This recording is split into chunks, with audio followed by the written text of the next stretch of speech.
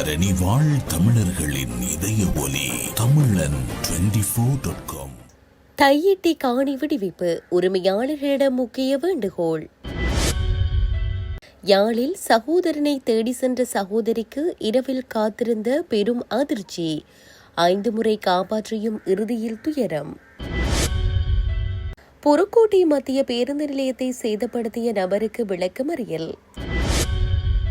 இலங்கை கடற்பரப்பில் மீண்டும் பரபரப்பு. 12 தமிழக மீனவர்கள் கைது. தமிழர் பகுதியொன்றில் இளம் STF அதிகாரி செய்த மோசமான செயல். சோதனையில் காத்திருந்த அதிர்ச்சி. மரக்கறி விலை வீழ்ச்சி. மகிழ்ச்சியில் மக்கள். நிரம்பி வழியும் வர்த்தக நிலையங்கள். அயல் வீட்டாருடன் ஏற்பட்ட தனிப்பட்ட தகராறு கொலையில் முடிந்தது. இலங்கையில் பயங்கரம். சுவிஸ் ஆஃப்ரிங்கன் நகரத்தில் குறைந்த விலையில் சிறந்த தரத்தில் உங்கள் வீட்டு தேவைகளுக்கான யாவும் ஒரே இடத்தில். Little Asia. இங்கே தாயகத்தில் இருந்து தரமான மரக்கறி, ஃப்ரெஷ்ஷான இறைச்சி, சுவையான மீன் வகைகள் மற்றும் ஆசிய, ஆப்பிரிக்க, தாய்லாந்தில் இருந்து இறக்குமதி செய்யப்பட்ட பலசரக்கு பொருட்கள் அனைத்தும் ஒரே கூரையின் கீழ். உங்கள் ஷாப்பிங்கை இனிமையாக்க 200க்கும் மேற்பட்ட கார் பார்க்கிங் வசதி. மேலும் ஹைவேயில் இருந்து வரும் 700 மீட்டர் தூரத்தில் மிக பிரம்மாண்டமான லிட்டில் ஏசியா எக்ஸோட்டிக் ஃபுட். இன்னும் என்ன யோசிக்கிறீங்க? இப்பவே வாங்க, கையோட அள்ளிட்டு போங்க.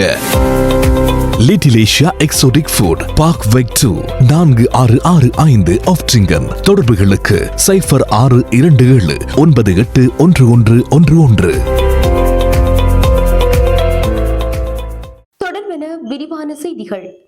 யாழ்ப்பாணம் தையிட்டி விகாரை அமைந்துள்ள பகுதிகளில் காணிகள் காணப்படுபவர்கள் தமது காணி உறுதிகள் உள்ளிட்ட ஆவணங்களுடன் வருகை தந்து காணிகளை அடையாளம் காட்டுமாறு காணி உரிமையாளர்களில் ஒருவரான சாருஜன் சுகுமாரி தெரிவித்துள்ளார். தையிட்டி விகாரை அமைந்துள்ள காணி உரிமையாளர்களுக்கும் கடற்றொழில் அமைச்சர், மாவட்ட செயலாளர், தெல்லிப்படை பிரதேச செயலர், நில அடவை திணைக்கள அதிகாரிகள் உள்ளிட்டவர்களுடன் மாவட்ட செயலகத்தில் நேற்று நடைபெற்ற விசேட கலந்துரையாடலின் பின்னர் ஊடகங்களுக்கு கருத்து தெரிவிக்கும் போதே அவர் இவ்வாறு குறிப்பிட்டார். அவர் மேலும் தெரிவிக்கையில், தையிட்டி விகாரை அமைந்துள்ள பகுதியில் உள்ள காணிகளை அளவீடு செய்யாமல் காணிகளை விடுவியுங்கள் என கேட்டோம். அதற்கு அவர்கள் காணிகளை அளவீடு செய்து உறுதியிலுள்ள காணிகளில் அளவின் அடிப்படையிலேயே காணிகளை உரியவர்களிடம் கையளிப்போம் என கூறுகின்றார்கள். தற்போது 17 பேர் மாத்திரமே காணி உறுதிகளை கொடுத்து எமது காணிகளை மீட்க தொடர்ந்து போராடி வருகிறோம். ஆனால் விகாரை அமைந்துள்ள பகுதியில் எமது 17 பேரின் காணிகளை தவிர மேலும் சிலரின் காணிகளும் உண்டு. எனவே விகாரை அமைந்துள்ள பகுதிக்குள் தமது காணிகள் காணப்படுமாயின் அவர்கள் தமது உறுதிகளுடன் வந்து காணிகளை அடையாளம் காட்டி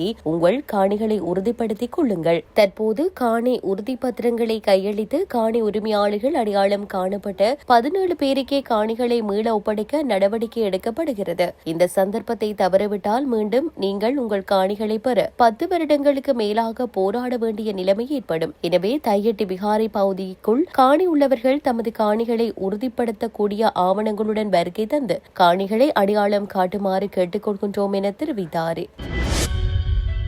யாழ்ப்பாணத்தில் தொடர்ச்சியாக பலமுறை தற்கொலை முயற்சியில் ஈடுபட்டு வந்த இளைஞர் ஒருவர் 5வது முறையாக தூக்கிட்ட நிலையில் நேற்று உயிரிழந்துள்ளார். கோண்டாவில் சென்ட் செபஸ்டியன் வீதியை சேர்ந்த 27 வயதுடையவரே இவ்வாறு உயிரிழந்துள்ளார். இச்சம்பவம் குறித்து மேலும் தெரிய வருகையில், உயிரிழந்த இளைஞர் இதற்கு முன்னர் 4 தடவைகள் தூக்கிட்டு தற்கொலை செய்ய முயன்ற போது உறவினர்களால் காப்பாற்றப்பட்டுள்ளார். இந்நிலையில் நேற்று மாலை வேலை முடிந்து வீடு திரும்பிய அவர் இரவு உணவை உட்கொண்ட பின்னர் சுமார் 8 மணியளவில் வீட்டில் வெளியே சென்றுள்ளார். இரவு 10 மணி கடந்தும் அவர் வீடு திரும்பாததால் சந்தேகமடைந்து அவரது சகோதரி அவரை தேடி சென்றுள்ளார். இதன்போது அவர் தூக்கிட்ட நிலையில் காணப்பட்டுள்ளார். உடனடியாக அவரை மீட்டு யாழ்ப்பாணம் போதனா வைத்தியசாலைக்கு கொண்டு சென்ற போதிலும் அவர் ஏற்கனவே உயிரிழந்து விட்டதாக வைத்தியர்கள் தெரிவித்தனர். உடற்கூற்று பரிசோதனைகளின் பின்னர் சடலம் உறவினர்களிடம் ஒப்படைக்கப்பட்டது.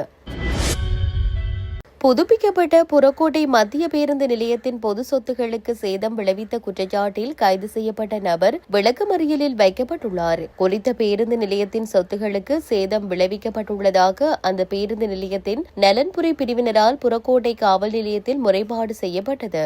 இதனைத் தொடர்ந்து 33 வயதுடைய சந்தேக நபர் ஒருவர் நேற்றைய தினம் களனி பகுதியில் வைத்து கைது செய்யப்பட்டிருந்தார். இந்நிலையில் சந்தேக நபர் கொழும்பு மேலதிக நீதவான் முன்னிலையில் முன்னிலைப்படுத்தப்பட்ட நிலையில் எதிர்வரும் ஏப்ரல் முதல் 17ஆம் தேதி வரையில் விளக்கமறியலில் வைக்க உத்தரவிடப்பட்டுள்ளது. புதிதாக புனர் நிர்மாணம் செய்யப்பட்ட புறக்கோட்டை மத்திய பேருந்து நிலையத்தை பாதுகாக்குமாறு இலங்கை போக்குவரத்து சபை பொதுமக்களிடம் வேண்டுகோள் விடுத்துள்ளமை குறிப்பிடத்தக்கது. இலங்கை கடற்பரப்பிற்குள் எல்லை தாண்டிய கடற்றொழிலில் ஈடுபட்ட 12 தமிழக கடற்றொழிலாளர்கள் கைது செய்யப்பட்டுள்ளனர். காரைக்கால் மீன்பிடி துறைமுகத்தில் இருந்து வருகை தந்தவர்களே கைது செய்யப்பட்டுள்ளனர். இலங்கை காரிநகர் கடல் பகுதியில் கடற்றொழிலில் ஈடுபட்டுக் கொண்டிருந்த போது நேற்றிரவு இவர்கள் கைது செய்யப்பட்டதாக கடற்படை ஊடக பேச்சாளர் தெரிவித்தார். இதன்போது விசைப்படகினையும் கடற்படையினர் கைப்பற்றியுள்ளனர். கைது செய்யப்பட்ட கடற்றொழிலாளர்கள் கரைக்கு அழைத்து வரப்பட்டுள்ளதுடன் இவர்கள் யாழ்ப்பாண நீரியல் வள திணைக்களத்தில் ஒப்படைக்கப்பட்டுள்ளதாகவும் இலங்கை கடற்படை ஊடக பேச்சாளர் தெரிவித்தார். இதேவேளை இந்த வருடத்தில் இதுவரையான காலப்பகுதியில் இலங்கை கடற்பரப்பிற்குள் அத்துமீறிய கடற்றொழிலில் ஈடுபட்டதாக 20 படகுகளுடன் 141 இந்திய மீனவர்கள் கைது செய்யப்பட்டுள்ளதாக இந்திய ஊடகங்கள் செய்தி வெளியிட்டுள்ளன. மட்டக்களப்பு கரடியனாறு போலீஸ் பிரிவுக்குட்பட்ட பெரிய புல்லுமலை பகுதியில் சட்டவிரோதமான முறையில் புதையல் தோண்டும் நடவடிக்கையில் ஈடுபட்ட விசேட அதிரடிப்படை அதிகாரி ஒருவர் உட்பட 4 நேற்று சனிக்கிழமை அதிகாலை போலீசாரால் கைது செய்யப்பட்டுள்ளனர். பெரிய புல்லுமலை பகுதியில் புதையல் தோண்டப்படுவதாக கரடியனாறு போலீசாருக்கு கிடைத்த ரகசிய தகவலை அடுத்து போலீஸ் பொறுப்பதிகாரி தலைமையிலான விசேட குழுவினர் அதிகாலை 5 மணியளவில் அப்பகுதியை சுற்றி வளைத்தனர். இதன்போது புதையல் தோண்டும் பணிகளில் ஈடுபட்டிருந்த 4 போலீசார் கைது செய்தனர். கைது செய்யப்பட்டவர்களில் ஒருவர் வாழைச்சேனை விசேட அதிரடிப்படை முகாமில் கடமையாற்றி வருபவர் என்பதுடன் தற்போது விசேட கடமை நிமித்தம் மகாஓயா முகாமில் இணைக்கப்பட்டிருந்த 36 வயதுடைய மொனராகலியை சேர்ந்த அதிகாரி என்பதும் தெரியவந்துள்ளது. அவருடன் உருகாமம், தேகியத்தக்கண்டி மற்றும் பெரிய புல்லுமலை ஆகிய பகுதிகளை சேர்ந்த 44 மற்றும் 48 வயதுடைய ஏனைய மூவரும் கைது செய்யப்பட்டுள்ளனர். சந்தேக நபர்களிடமிருந்து புதையல் அகழ்விற்கு பயன்படுத்தப்பட்ட பூஜை பொருட்கள், நவீன அகழ்வு உபகரணங்கள் மற்றும் 6 கைபேசிகள் என்பன போலீசாரால் கைப்பற்றப்பட்டுள்ளன. கைது செய்யப்பட்ட சந்தேக நபர்களை மட்டக்களப்பு நீதவான் நீதிமன்றத்தில் ஆஜர்படுத்த கரடியனாறு போலீசார் நடவடிக்கை எடுத்து வருகின்றனர். அத்துடன் இந்த சட்டவிரோத அகழ்வு முயற்சியின் பின்னணியில் வேறு எவரினுக்கும் தொடர்புள்ளதா என்பது குறித்து மேலதிக விசாரணைகள் தீவிரப்படுத்தப்பட்டுள்ளன.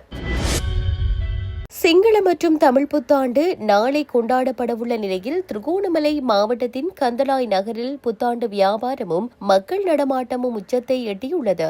கந்தளாய் நகரை சூழவுள்ள பல்வேறு கிராமங்கள் மற்றும் பிரதேசங்களில் இருந்து பெருமளவிலான மக்கள் தமக்கு தேவையான ஆடைகள், வீட்டு உபயோகப் பொருட்கள் மற்றும் உணவுப் பொருட்களை கொள்வனவு செய்வதற்காக நகரில் திரண்டு வருகின்றனர். இதன் காரணமாக கந்தளாய் பிரதான வீதி, வர்த்தகம் மற்றும் நிலையங்கள் மக்கள் கூட்டத்தால் நிரம்பி வழிகின்றன. புத்தாண்டு கொள்வனவில் ஈடுபட்டுள்ள மக்கள் தற்போதைய சந்தை நிலவரம் குறித்து தமது கருத்துக்களை பகிர்ந்து கொண்டனர். கடந்த ஆண்டுகளுடன் ஒப்பிடும்போது இம்முறை மரக்கறி விலைகள் கணிசமாக குறைந்துள்ளதாக நுகர்வோர் மகிழ்ச்சி தெரிவிக்கின்றனர். இது சாதாரண குடும்பங்களுக்கு பெரிய ஆறுதலாக அமைந்துள்ளது. அதேவேளை மரக்கறி விலைகள் குறைந்திருந்தாலும் மளிகை பொருட்கள், ஆடைகள் மற்றும் ஏனைய அத்தியாவசிய பொருட்களின் விலைகள் சற்றே அதிகமாக காணப்படுவதாக மக்கள் தெரிவித்துள்ளனர்.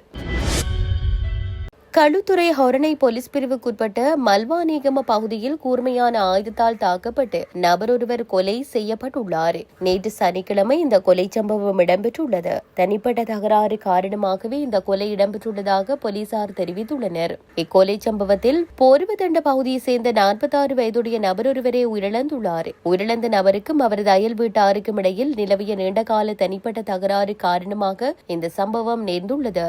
இதன்போது தாக்குதலுக்குள்ளான நபர் பலத்த காயமடைந்து ஹொரணை வைத்தியசாலையில் அனுமதிக்கப்பட்டதன் பின்னர் சிகிச்சை பலனின்றி உயிரிழந்துள்ளார். இச்சம்பவம் தொடர்பில் 32 வயதுடைய சந்தேக நபர் ஒருவரை ஹொரணை போலீசார் கைது செய்துள்ளனர். உயிரிழந்தவரின் சடலம் தற்போது ஹொரணை வைத்தியசாலையின் பிரேத அறையில் வைக்கப்பட்டுள்ளது. இந்த சம்பவம் குறித்து மேலதிக விசாரணைகளை ஹொரணை போலீசார் மேற்கொண்டு வருகின்றனர்.